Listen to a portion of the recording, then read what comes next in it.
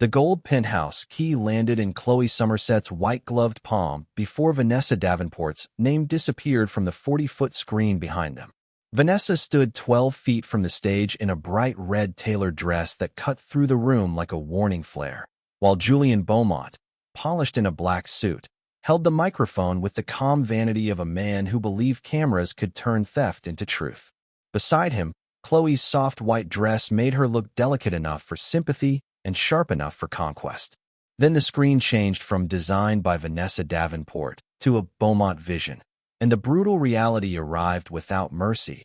Julian had not only stolen Vanessa's architecture, he had gifted her private heritage penthouse to his mistress as if a woman's life work were a party favor. Vanessa did not cry. She counted the cameras, measured the exits, and remembered the land beneath Julian's empire still carried her signature. The international press conference for the Apex had been arranged like a coronation, all marble floors, towering glass, investor badges, and rows of lenses waiting for the next perfect quote. The lobby rose nearly 80 feet above the crowd, designed with the exact structural restraint Vanessa had fought for during 3 years of sleepless revisions. Every column had been placed with purpose. Every line of glass had been calculated to pull light across the floor without turning the space cold. Julian had once called that precision genius when they were alone. Now, under the lights, he called it his instinct. The Apex represents the Beaumont standard, Julian said, his voice smooth enough to impress people who had never seen a blueprint. A vision of legacy, taste, and emotional architecture.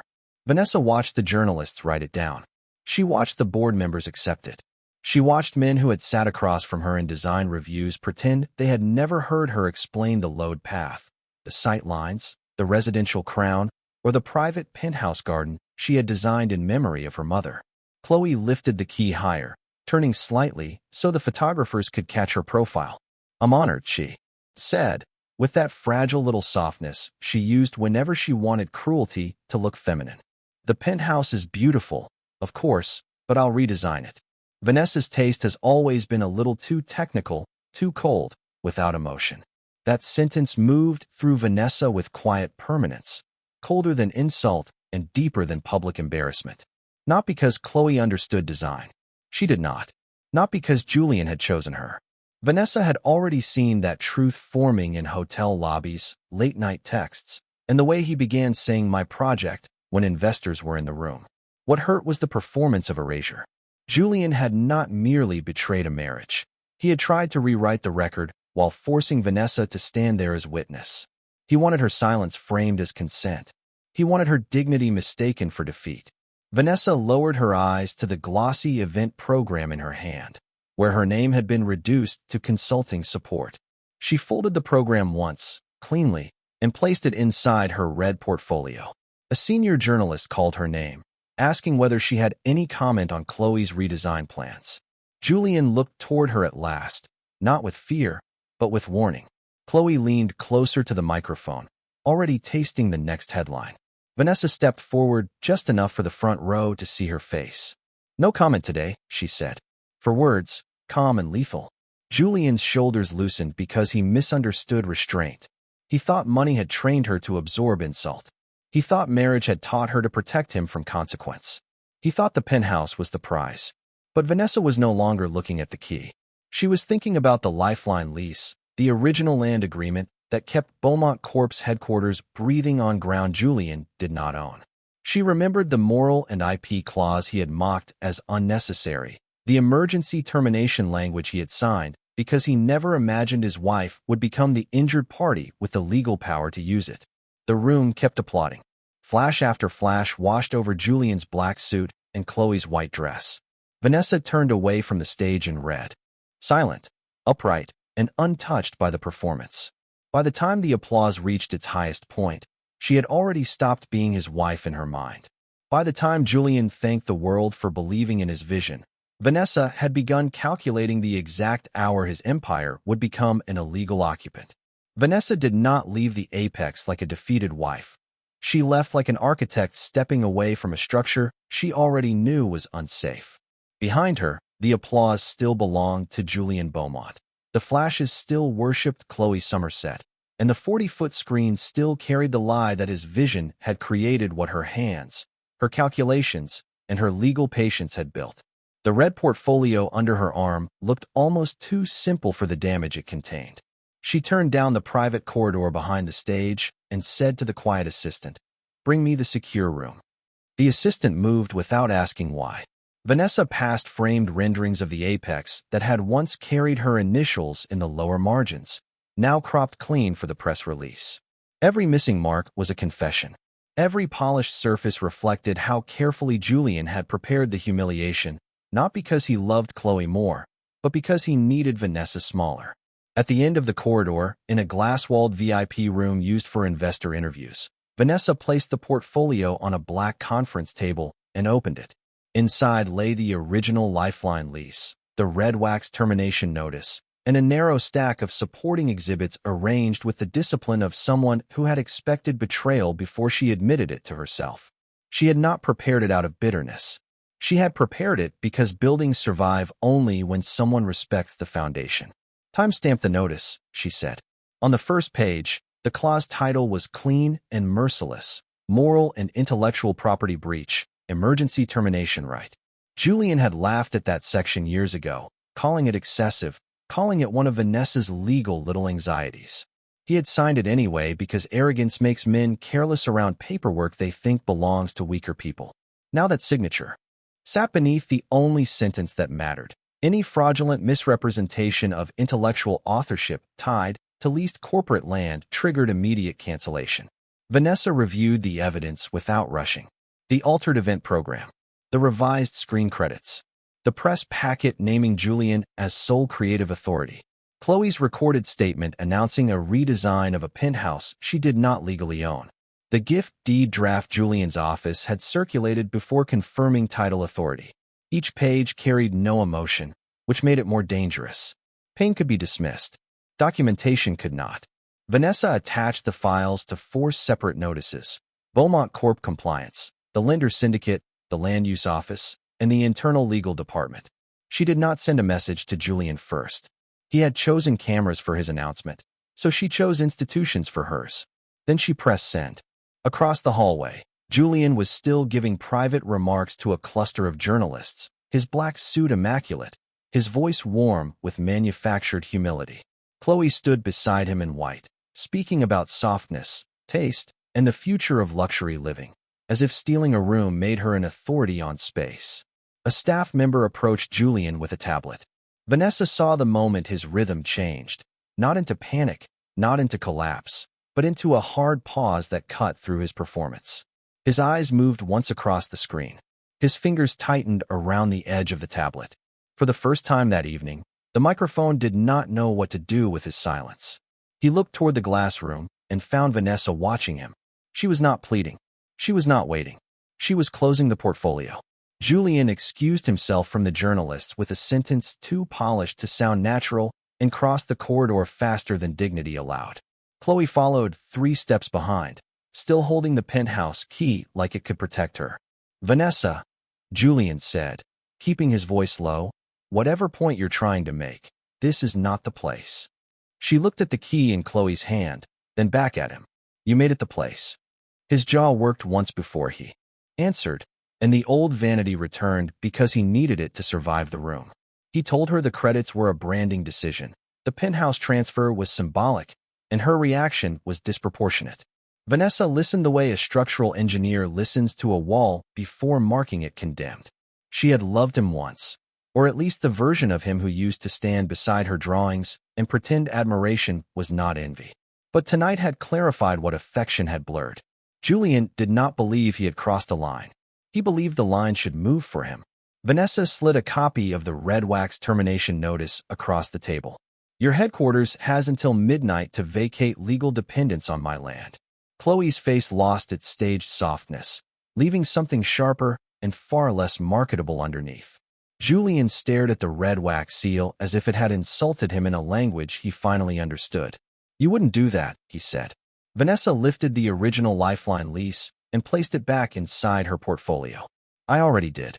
By 8:17 p.m., The legal war had moved from the marble corridors of the Apex into a private office 23 floors above Midtown, where Vanessa kept the documents Julian had never respected because they were not polished enough for cameras. The room was quiet, deliberate, almost severe, with architectural models lined beneath glass, and the original ground lease spread across a walnut table like a map of buried power. Vanessa removed her red dress jacket, hung it over the back of a chair, and studied the first exhibit under the desk light. She was not trying to prove heartbreak. She was proving fraud. Julian had built his empire on the assumption that ownership meant the loudest name in the room. But Vanessa understood what every serious builder understood. The loudest name was useless if it did not control the foundation. Beaumont Corp's headquarters did not sit on land Julian owned.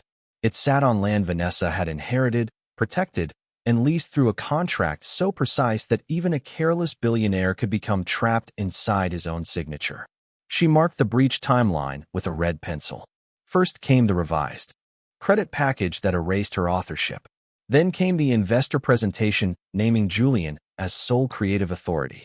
Then came the public transfer of her heritage penthouse to Chloe Somerset, despite the property being tied to design rights, family trust restrictions, and the moral conduct provisions inside the Lifeline lease. Finally came Chloe's own recorded words, her soft voice turning theft into lifestyle content. She gave us the evidence herself, Vanessa said. Across the table, the senior lawyer reviewed the notice without needing a name, a backstory, or a marriage confession. That was why Vanessa had chosen this route. Personal betrayal made people curious, but contractual violation made institutions move. The Lifeline lease was not decorative language buried in a filing cabinet. It governed the land access, headquarters registration, executive occupancy rights, lender assurances, signage permissions, and corporate use certificates. Beaumont Corp relied on every business day. Julian had treated it like paperwork because men like him believed the floor beneath them was permanent. Vanessa knew floors failed when someone ignored the load. The senior lawyer confirmed the emergency clause allowed immediate termination for intentional misrepresentation of intellectual property connected to corporate benefit. The compliance notice would freeze any reliance on the lease. The lender notice would trigger a review of collateral stability. The land use office would require proof of continuing authority by midnight. Chloe's Penthouse campaign would become an exhibit, not a brand launch. Vanessa signed the authorization. She did not ask whether it was harsh. Harsh was being erased in public by a man wearing success built from her drawings. Harsh was watching a woman in white treat her mother's memorial space like a backdrop for sponsorship deals. Harsh was realizing Julian had not simply chosen someone else. He had chosen someone who made him feel brilliant by understanding nothing. Vanessa's face remained still as she placed the red-waxed copy into a courier envelope. The action was small. The consequence was not. At 8:42 p.m., Beaumont Corp's legal department received the first termination packet. At 8:46, the lender syndicate received the notice of lease instability. At 8:51, the land use office received a demand to suspend all corporate dependents tied to Vanessa's ground rights. At 8:55, Chloe's brand partnerships received preservation letters warning that any promotional material involving the penthouse could be connected to disputed property use. Vanessa watched each confirmation arrive on the secure monitor. Julian had wanted the world to see her as emotional, replaceable, too controlled to be human. She answered him with timestamps. In another part of the city, his victory party was still unfolding under crystal lights, with investors praising his taste and Chloe raising the gold key for another camera angle. They were celebrating on a stage whose foundation had already begun to disappear. Vanessa closed the original Lifeline lease and pressed her palm flat against the cover for one measured second. She did not feel triumph yet. She felt the cold beginning of order. If Julian wanted to remove her name from the blueprint, she would remove his company from the ground. You see, the most dangerous thing about a woman who builds empires is that she knows exactly which brick to pull to make yours crumble. Julian Beaumont made the oldest mistake of insecure power. He confused public humiliation with control. He thought that if he took Vanessa Davenport's name off the screen, the world would forget whose mind created the structure. He thought that if Chloe Somerset smiled in white beside him, softness could replace substance. But betrayal is not always born from desire.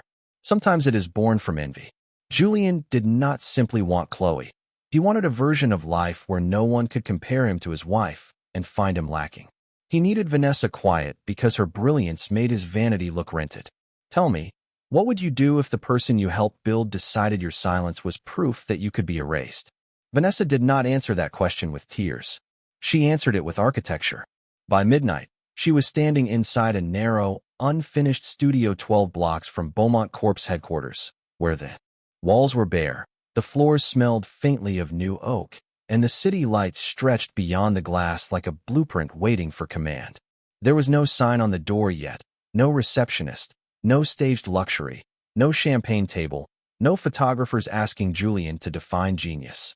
There was only Vanessa in red, a roll of original drawings, 3 sealed legal folders, and the kind of silence that arrives after a woman finally stops negotiating with disrespect. She placed the Lifeline Lease on the temporary drafting table first. Then she placed the original design registration beside it. Then she removed the red wax termination notice from her portfolio and set it at the center like a cornerstone. The room was not glamorous, and that made it honest. Vanessa had spent years designing spaces for men who liked to stand in finished rooms and pretend completion had been their idea. She had watched Julian absorb applause meant for structural discipline he did not understand, for risk calculations he never read, for spatial restraint he called instinct after hearing her explain it. Now she looked at the empty wall where her new studio name would go and felt the wound open quietly, not as weakness, but as evidence. Chloe's words returned with cruel precision. Too technical, too cold, without emotion. Vanessa turned toward the window. Down below, traffic moved along the avenue in controlled streams, headlights threading between towers that existed because someone had once believed math could become beauty. Her mother had taught her that a room could hold memory without becoming sentimental. A line could be clean and still carry grief. A building could be restrained and still protect the people inside it. Chloe had mistaken depth for emptiness because she only understood surfaces. Julian had encouraged that mistake because surfaces were the only place he felt tall. Vanessa picked up a red pencil and wrote 2 words across the first blank sheet: Davenport Atelier. The action was simple. It ended a marriage more completely than any argument could have. She began mapping the new firm not as a refuge, but as a power structure. First, intellectual property audits for elite developers who could not afford authorship disputes. Second, land rights strategy for high-value projects sitting on fragile legal foundations. Third, architectural design that carried not only beauty, but enforceable ownership from the first sketch to the final occupancy certificate. Vanessa did not want to become the woman Julian regretted losing. That was too small. She wanted to become the standard that made men like Julian look professionally unsafe.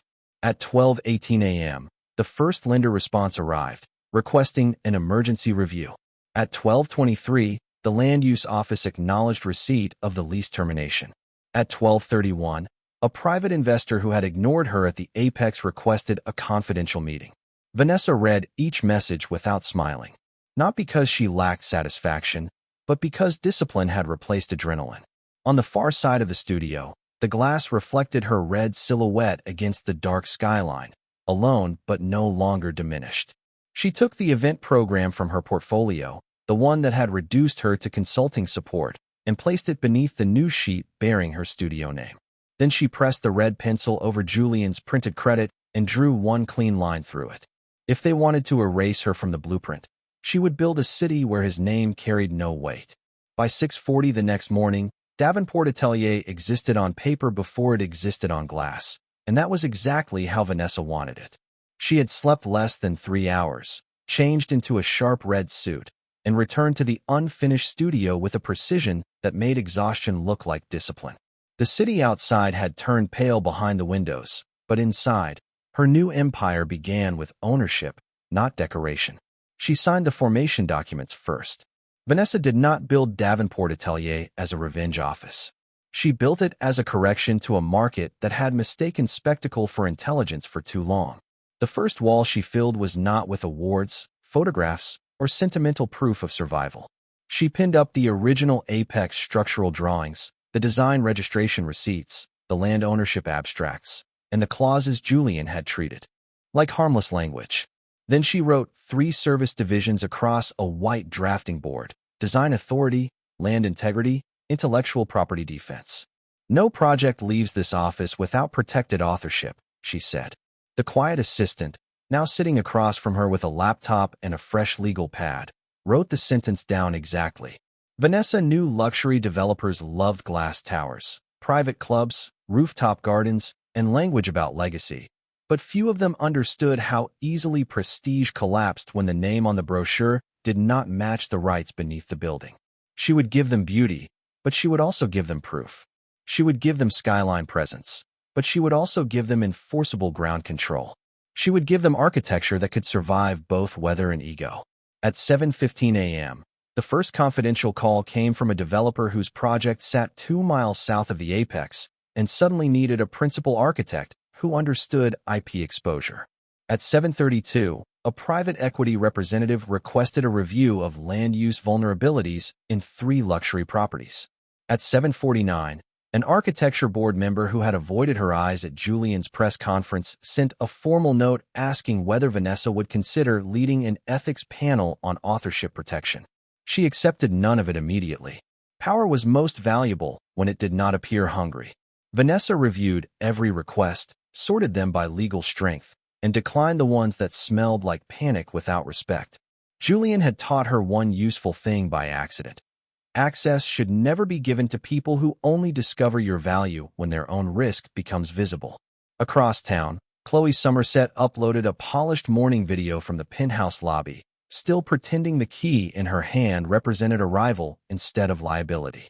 She spoke about warmth, feminine softness, and bringing soul into cold spaces, while the legal preservation letter sat unread in her brand inbox. Vanessa watched only 12 seconds of the clip before forwarding it to the senior lawyer as exhibit support. "Preserve the timestamp," she said. The action was clean. The consequence would travel faster than outrage. By noon, Davenport Atelier's temporary website went live with no personal statement about betrayal, no photograph of Julian, no accusation against Chloe, and no dramatic confession for the audience to consume. It displayed one line beneath Vanessa's name: "Architecture is not a performance. It is protected authorship built on lawful ground."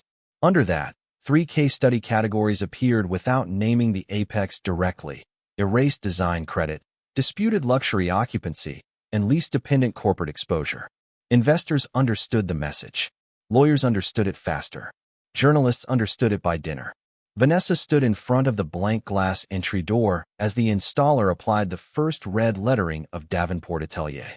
The letters were not large, but they carried the dignity of something no one had gifted, borrowed, or stolen. For years, Julian had placed himself at the front of rooms Vanessa had made possible. For years, he had turned her restraint into cover for his vanity.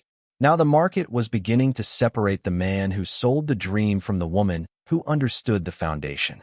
At 5:08 p.m., the lender syndicate requested a full risk assessment from Vanessa's office, not Beaumont Corporation. At 5:26, 2 luxury developers withdrew from Julian's private celebration dinner. At 5:41, Chloe's largest interior sponsor paused her campaign, pending property verification.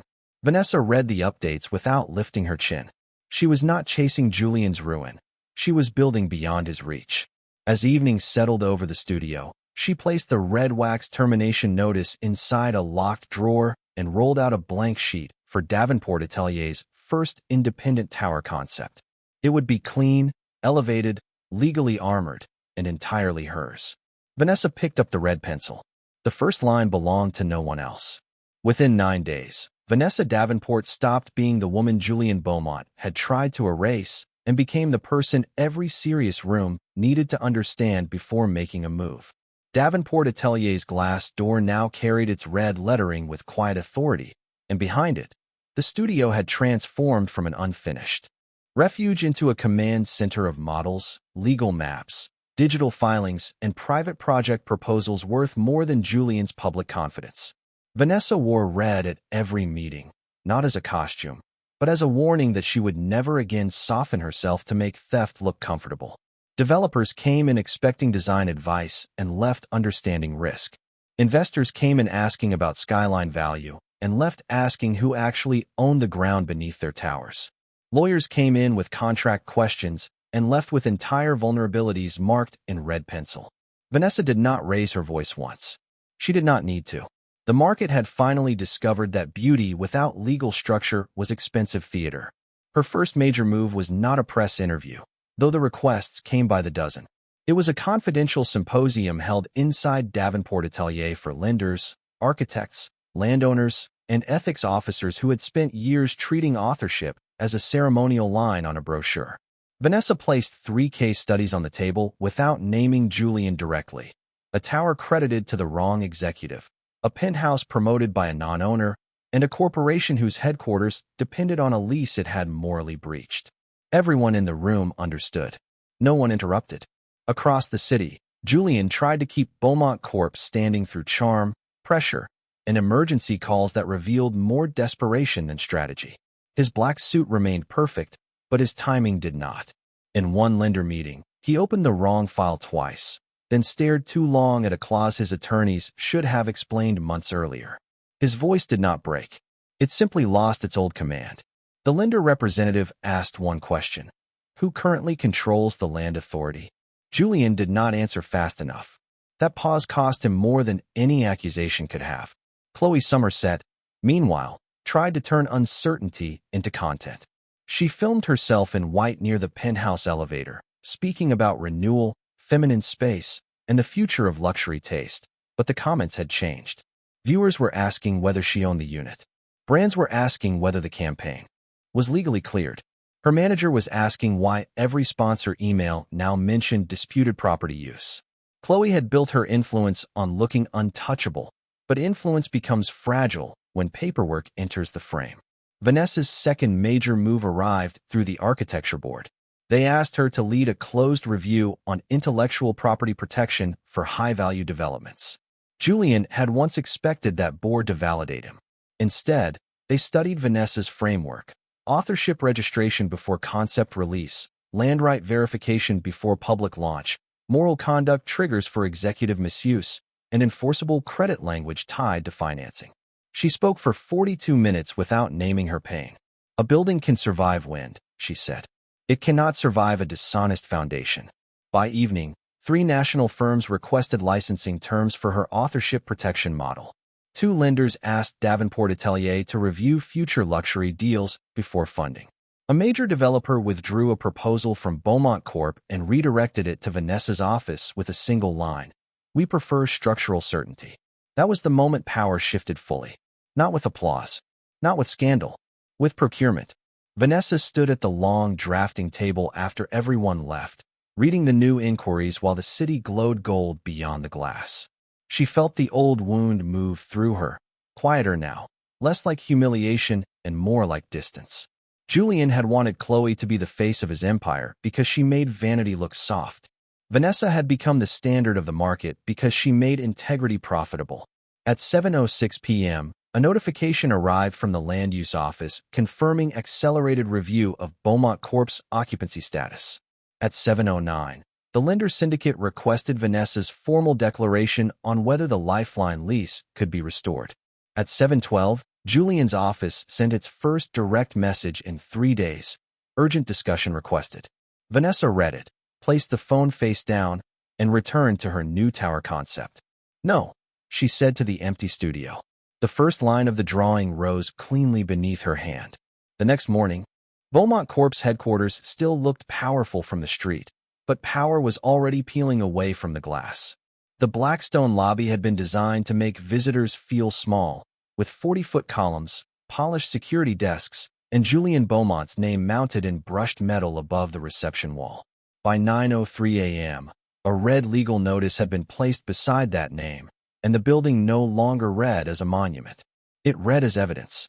Employees entered slower than usual, not because anyone shouted, not because anything had physically collapsed, but because corporate fear has a temperature of its own. It changes how people hold badges, how assistants avoid eye contact, how executives pretend not to see the same email open on every screen. The land use office had suspended Beaumont Corp's verified occupancy status pending proof of continuing lease authority. The lender syndicate had frozen the next funding release. The board had demanded an emergency session. Julian walked through the lobby in his black suit with his shoulders squared, but the old performance had lost its audience. "Remove that notice," he told the compliance officer. No one moved. That silence cost him more than resistance would have. Vanessa Davenport had not taken his building with drama. She had taken away the assumption that the building belonged to him. Upstairs, Julian entered the executive conference room, where the board waited behind closed doors, each person looking down at documents instead of at him. The same people who had toasted him at the apex now spoke in clean, careful sentences about exposure, fiduciary duty, lender confidence, and public misrepresentation. No one mentioned loyalty. Loyalty is the first luxury to disappear when liability enters the room. Julian tried to explain that the dispute was personal, temporary, manageable, but his words landed with less weight each time. The board chairman asked for written proof that Vanessa would restore the Lifeline lease. Julian opened his folder and found only proposals, not power. His hand tightened around the page until the edge bent. Across town, Chloe Somerset discovered that fragile elegance did not survive legal review. The penthouse elevator had been locked under property restriction, the access list suspended, and a red notice placed at the private entrance stating that promotional use was prohibited pending ownership verification. Her white dress looked immaculate in the mirrored hallway, but the camera crew she had hired packed up without waiting for her explanation. Her largest sponsor paused the campaign. A furniture brand withdrew delivery. A lifestyle magazine canceled the feature that had been scheduled to call her the new voice of emotional luxury. Chloe had spent years turning rooms into content, but this room had turned her into risk. At 11:27 a.m., the lead journalist who had once asked Julian about visionary design published a new story centered on corporate IP fraud, disputed land control, and the vanished architect whose name had been removed from the apex. By noon, investors were forwarding it privately. By 1:15, they were no longer private. Messages spread through the market with the calm brutality of professionals protecting money. A developer delayed a Beaumont Corp partnership. A hotel group requested termination options. A pension fund demanded clarification on ground rights exposure.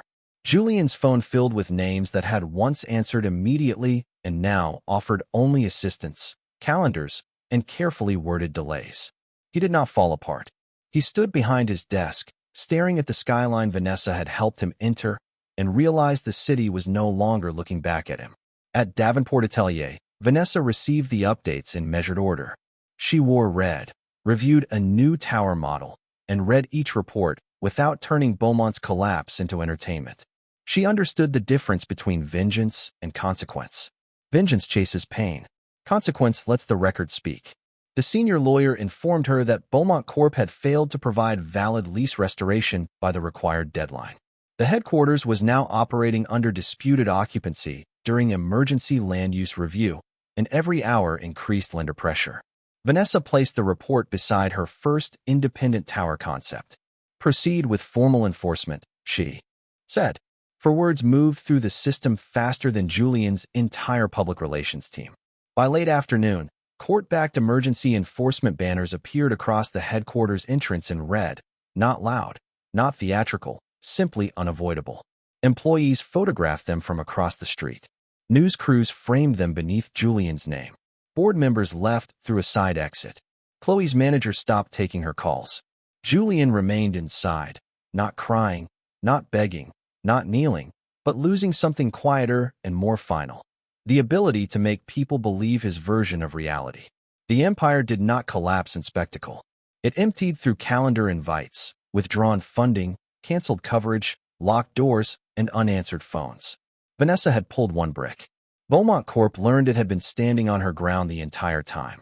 By 4:30 p.m., Julian Beaumont agreed to meet Vanessa Davenport in a legal conference room he had once reserved for hostile acquisitions, never imagining he would become the asset under review. The room sat 68 floors above Midtown, with a wall of glass facing the headquarters now crossed by court-backed red enforcement banners at street level.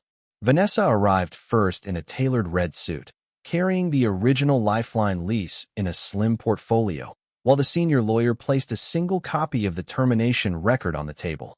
She did not sit at the head because she needed dominance. She sat there because the law had already placed her there.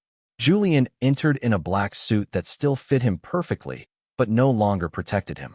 Chloe Somerset followed in a white dress too delicate for the room, her face arranged for sympathy she had not earned. The three colors that had defined the betrayal now faced each other under colder light. Red ownership, black vanity, white illusion. No cameras waited this time. That made the truth less theatrical and more expensive. Julian looked past the lawyer and spoke directly to Vanessa as if the old private tone could still unlock something in her. "Restore the lease," he said. "We can settle the rest quietly." Vanessa studied him for one measured second. He had not apologized for erasing her name.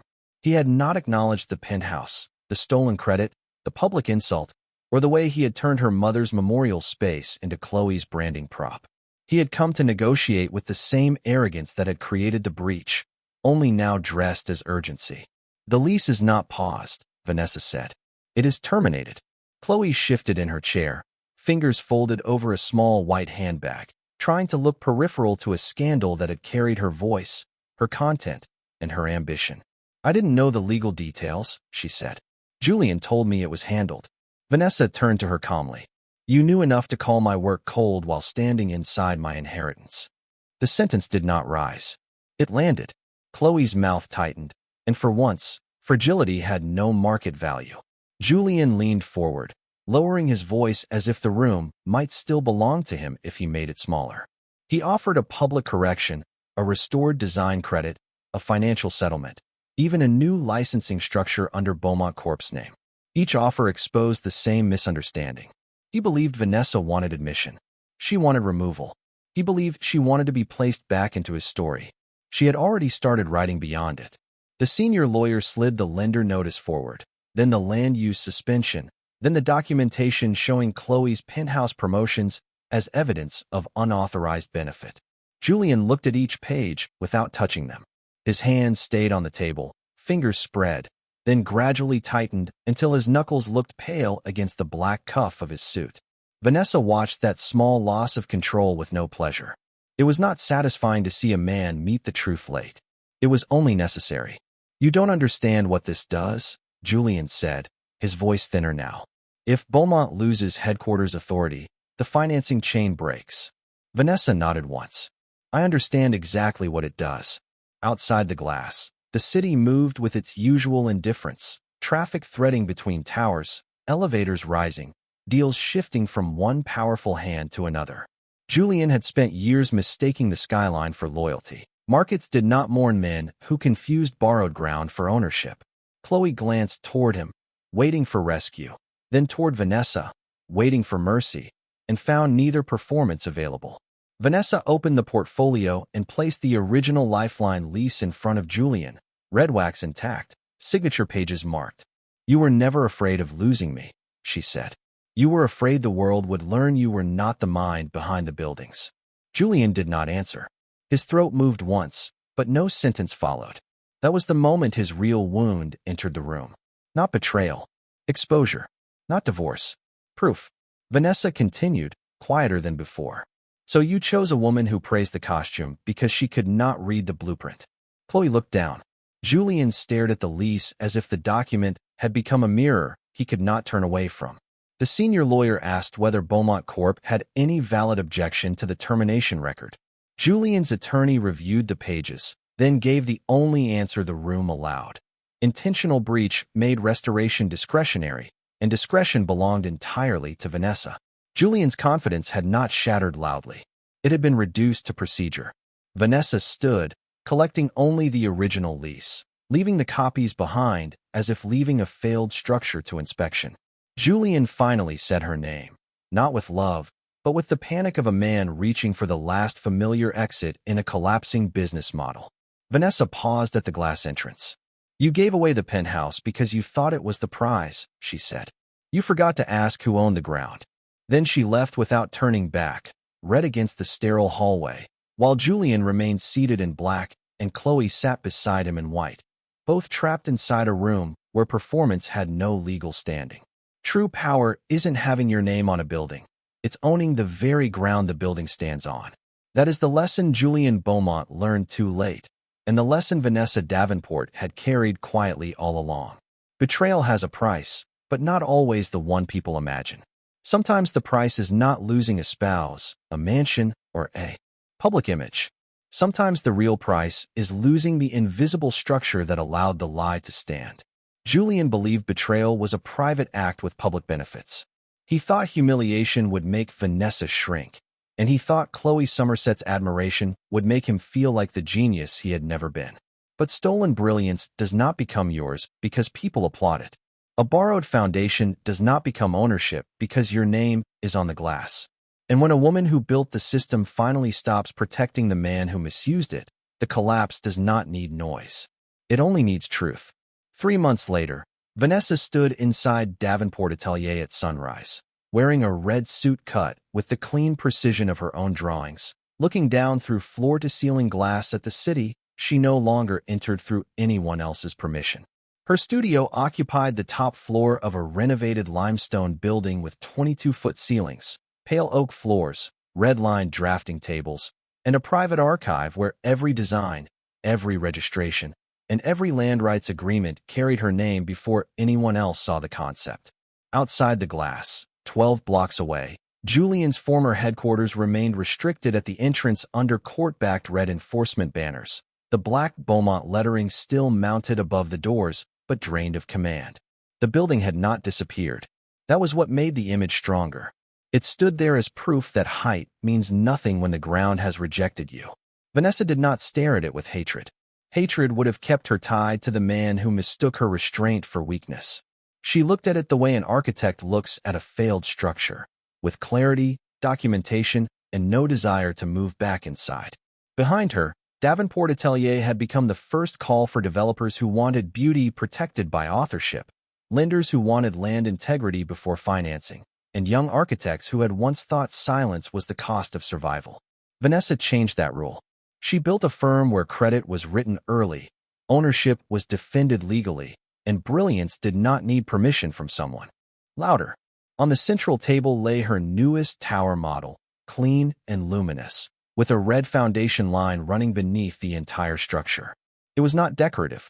It was a signature principle. Nothing rises safely unless the ground is honest. A quiet assistant entered with the morning schedule, including a National Architecture Board keynote, 2 confidential land audits, and a private investor meeting for Vanessa's first fully independent development. Vanessa reviewed the list, then looked once more toward the restricted Beaumont building below. Julian had tried to give away her penthouse because he believed rooms defined power. Chloe had tried to redesign her legacy because she believed surfaces could replace soul. But Vanessa had learned something deeper than both of them. Freedom is not being invited back into the house that erased you. Freedom is building a door with your own name on it, holding the deed, controlling the ground, and never again mistaking someone else's applause for your worth. She turned from the window, walked to the drafting table, and placed her red pencil against the next blank sheet. The city waited, unfinished. This time, the first line, the final signature, and the foundation all belonged to her. This story is a fictional narrative created for entertainment, reflection, and educational purposes. Any resemblance to real people, places, or events is purely coincidental.